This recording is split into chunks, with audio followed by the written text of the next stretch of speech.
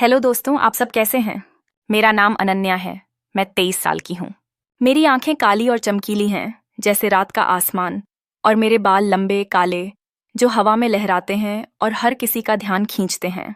मेरी स्किन इतनी गोरी है कि लोग कहते हैं जैसे दूध में चमक हो।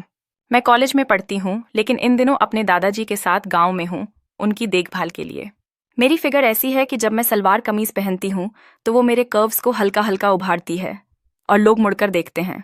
लेकिन मैं वैसी नहीं, बस थोड़ी शरारती और जिज्ञासु हूँ।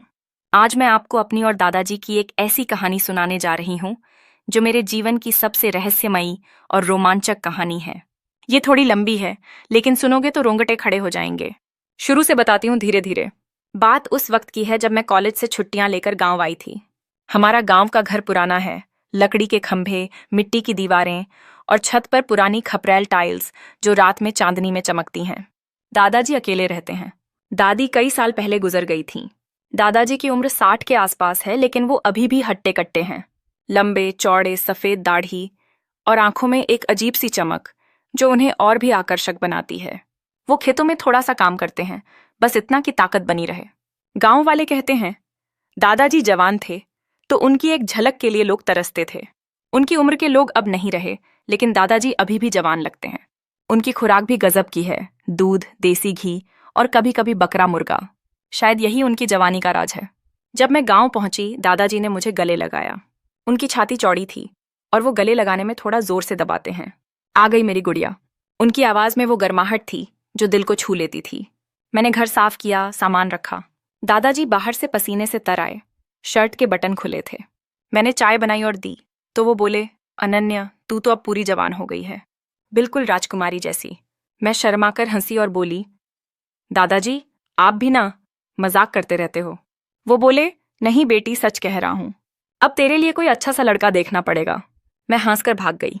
अगले दिन सुबह दादाजी बोले, चल तुझे गांव के पीछे वो पुराना तालाब दिखाता हूं। वहां का पानी इतना साफ है कि पीने से ताजगी भर जाती है। हम चले। रास्ता पेड़ों से घिरा था, जैसे कोई जंगल। दादाजी आगे आगे, उनकी पीठ चौड़ी और मजबूत। अचानक मेरा पैर एक जड़ में फंसा और मैं गिरने लगी। दादाजी ने पलटकर मुझे पकड़ा। उनका हाथ मेरी कमर पर था। संभल कर बेटी, ये रास्ते चालाक हैं। उनकी आवाज में चिंता थी, लेकिन उनकी नजर एक पल ज्यादा रुकी। तालाब पर पहुंचे। पानी इतना साफ था कि नीचे के कंकड़ चमक रहे थे। दादाजी ने मटके से पानी निकाला और बोले, पी ले अनन्या, ये पानी तेरी खूबसूरती को और निखार देगा। मैंने पिया। पानी मेरे गले से नीचे टपका। दादाजी की नजर वहां 1 सेकंड रुकी, फिर वो मुस्कुराए। चल अब घर चलते हैं। रात को छत पर बैठे तारे चमक रहे थे। दादाजी ने एक पुरानी कहानी सुनाई, एक राजा और रानी की।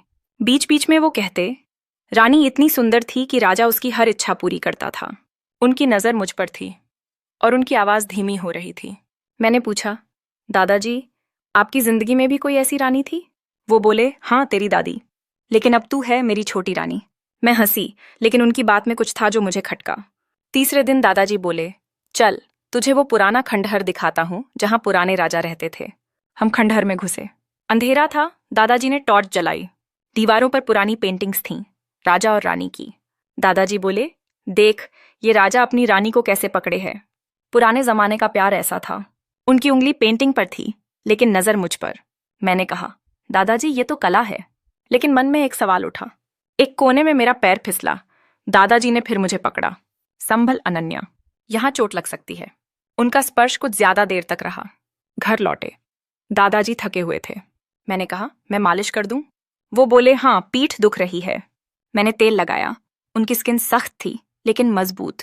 वो बोले, तेरे हाथ जादुई हैं अनन्या। मैं हंसी, लेकिन कुछ अजीब सा लग रहा था। चौथे दिन दादाजी बोले, चल नदी किनारे चलते हैं। वहां रात में चमकने वाले फूल हैं। हम नदी किनारे बैठे, पैर पानी में डाले। दादाजी का पैर मेरे पैर से टकराया। वो बोले, तेरे पैर तो गुड़िया जैसे छोटे छोटे। मैंने हंसकर पैर हिलाया, लेकिन उनका पैर वहीं रहा। फिर वो बोले, जिंदगी में कुछ रिश्ते हदें पार करते हैं, लेकिन प्यार से। मैंने कहा, दादाजी आप दादी को बहुत मिस करते हैं ना? वो बोले, हाँ लेकिन अब तू है। तू मेरी जिंदगी की रोशनी है। मैंने उनका हाथ पकड़ा और कहा, मैं हमेशा आपके साथ हूं। 5वें दिन दादाजी बोले, चल पुराना मंदिर देखने चलते हैं। वहां लोग अपनी गुप्त इच्छाएं मांगते हैं। मंदिर सुनसान था। दादाजी घुटनों पर बैठे प्रार्थना की। मैंने भी। प्रार्थना के बाद वो बोले, मैंने तेरे लिए कुछ मांगा और अपने लिए भी। मैंने पूछा क्या? वो मुस्कुराए, वक्त आने पर बताऊंगा। बाहर निकले, हवा तेज थी। मेरी चुनरी उड़ी, दादाजी ने पकड़ी। उनका हाथ मेरे कंधे पर था। संभल अनन्या, तेरी चुनरी जैसे तेरी खूबसूरती को ढकती है, लेकिन हवा में खुल जाती है। उनकी बात में कुछ था जो मुझे अजीब लगा। छठे दिन दादाजी ने पुराना रेडियो निकाला। चल पुराने गाने सुनते हैं। रोमांटिक गाने बजे। दादाजी बोले, तेरी दादी के साथ हम ऐसे ही डांस करते थे। वो उठे, मेरा हाथ पकड़ा और बोले, चल ट्राई कर। हम डांस करने लगे। उनका हाथ मेरी कमर पर था। गाना था प्यार किया तो डरना क्या? दादाजी बोले, प्यार में डर नहीं होता अनन्या। मैं हंसी, लेकिन मन में सवाल उठा। 7वें दिन दादाजी बोले, चल वो पुराना बाग देखने जाते हैं जहां रेयर फल उगते हैं। बाग में फल तोड़े। दादाजी बोले, ये फल मीठे हैं लेकिन अंदर से रसीले, जैसे कुछ लोग। फल खाते वक्त जूस टपका। दादाजी ने मेरे चेहरे से पोंछा और बोले, ध्यान से अनन्या, तेरा चेहरा खराब हो जाएगा। 8वें दिन दादाजी ने कहा, आज तुझे वुड कार्विंग सिखाता हूं। हम बैठे लकड़ी पर काम करने लगे। दादाजी का हाथ मेरे हाथ पर था, गाइड करते हुए। देख, ऐसे नरमी से छूना पड़ता है। उनकी आंखें मेरी तरफ थीं और मुझे कुछ अजीब लगा। 9वें दिन दादाजी ने एक पुरानी डायरी निकाली। पढ़ अनन्या, मेरी जिंदगी की कहानी। डायरी में उनके जवानी के किस्से थे, रोमांटिक और रहस्यमयी। वो बोले, पढ़, मैं सुनता हूं। मैं पढ़ती गई, वो आंखें बंद करके सुनते। कभी कभी बोलते, वो पल कितना गहरा था। 10वें दिन की रात थी। गांव में सन्नाटा था, जैसे जंगल की आवाजें फुसफुसा रही हों। आसमान में बादल थे, चांद छुपा हुआ था। दादाजी ने मुझे घर के पीछे पुराने बरगद के पेड़ के पास बुलाया। उनके हाथ में एक पुराना जंग लगा संदूक था। उनकी आंखों में वो प्यार वाली चमक नहीं थी, बल्कि एक ठंडा रहस्य था। अनन्या, इन 10 दिनों में मैंने तुझे बहुत कुछ दिखाया, बताया, लेकिन आज जो बताऊंगा वो तेरी जिंदगी बदल देगा। मेरा दिल जोर जोर से धड़क रहा था। उनकी बातें, वो हल्के हल्के स्पर्श, वो सब क्या था? दादाजी 60 के थे, लेकिन उनकी ताकत, उनकी जवानी, कैसे? गांव वाले कहते थे वो कभी बीमार नहीं पड़ते, लेकिन क्यों? और वो अकेले क्यों रहते थे? दादी की मौत के बाद किसी को घर में क्यों नहीं आने दिया? मेरी माँ तक को दूर रखा। दादाजी ने संदूक खोला। अंदर एक काला कपड़ा था और उसके नीचे एक चमकता ताबीज, जिसके बीच में नीला पत्थर जड़ा था, जो लालटेन की रोशनी में धड़क रहा था। दादाजी फुसफुसाए, ये ताबीज हमारे खानदान का सबसे बड़ा राज है।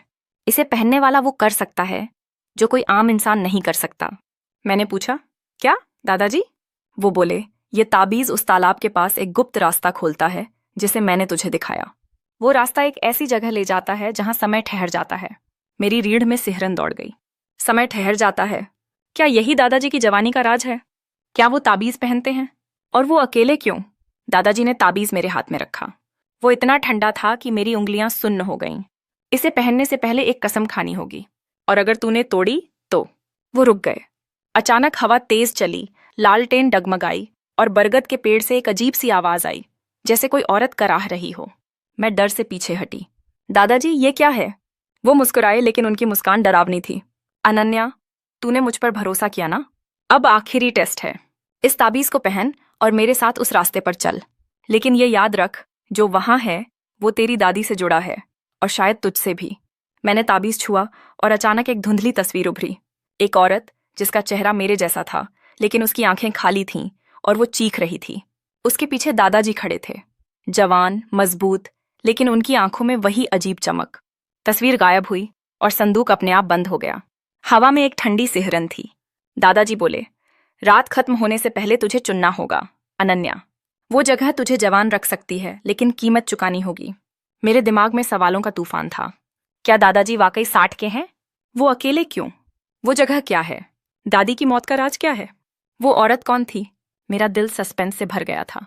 दादाजी ने मेरे कंधे पर हाथ रखा और फुसफुसाए, जो आगे होगा वो कोई कहानी नहीं बता सकती, लेकिन मैंने तुझे इसीलिए चुना क्योंकि तू मेरी तरह है। क्या होगा आगे? क्या अनन्या ताबीज पहनेगी और गुप्त रास्ते पर जाएगी? दादाजी की जवानी का राज क्या है?